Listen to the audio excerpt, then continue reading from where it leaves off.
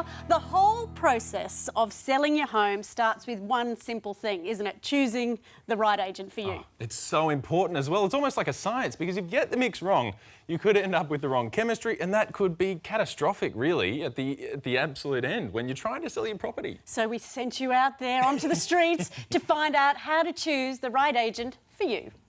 At $761,000, couldn't make it clearer, we're on the market selling. With clearance rates incredibly strong, it's understandable that real estate agents are basically falling over each other to sign you on. So what do you really need to know, and what do you need to ask before you pick one real estate agent? When appointing an agent, the best thing I can say to you is connection, because you've got to like them. At the end of the day, it is a process of 4 to 6 weeks that you might go down the path with an agent, and you really got to have likability. Tim has been in the property game for close to 2 decades, and he knows trust in your agent is key. It's all about respecting the buyers, respecting the vendors, doing the right thing by everybody, because ultimately it is a financial transaction and you're here to get the best outcome for the vendor. Could you give us a little bit of a crash course in how the fee structure works? Well, we're based on commission, so it's a bit barbaric, but what you kill is what you eat. So you do have to be paid at a reasonable commission, otherwise it's not going to be feasible. If you're selling, say, a $300,000 apartment, well, the commission might be, say, 3%. And if you're selling, say, a $3 or $4 or $5 million home, well, it's not 3%, it might be more like, say, 1%. It could be a percentage of the sale price, there could be a percentage up to a target, then a bonus thereafter, or it could be a range. There's not one that fits all.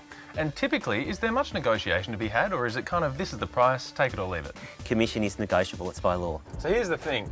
Not only is a real estate agent a huge part of the actual end result and how happy you are with it, but they're also guiding you through what is one of the most emotional and stressful periods in your life.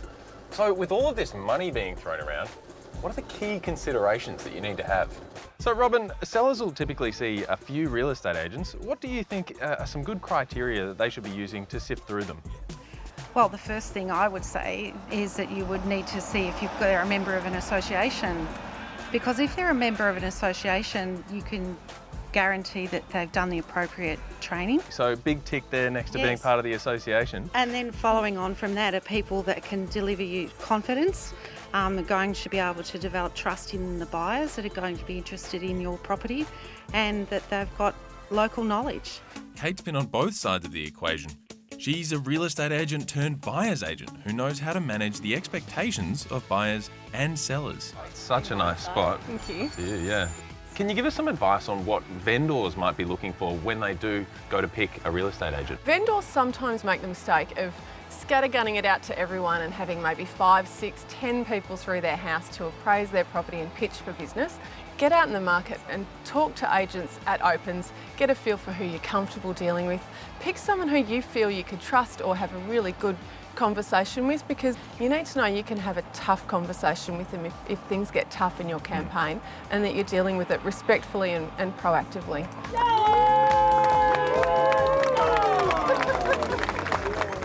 So Chris, it's all about the vibe. It is a bit, yeah, absolutely. And you know, I learned quite a lot out of doing that exercise and going out and talking to people. The number one thing, I think, is that really it's still word of mouth. That's still the most important thing. Talk to your neighbours and your friends and see who you've had a good experience with and maybe who you should stay away from. The other thing is that they're in your life for 4 to 6 weeks. Robin Waters there, she told me that they're kind of like an extra member of the family. And if it's not working out, you should be able to sort of bail out and find somebody else. So you keep that in mind. And then the other thing, as we learnt, fees are negotiable. Such an important thing to remember there, that what they say is not necessarily what you have to take. And I guess if you can't have that conversation with them straight up, then maybe they're not the right agent for you. True. You've got to feel comfortable from the get-go, don't really you? Do.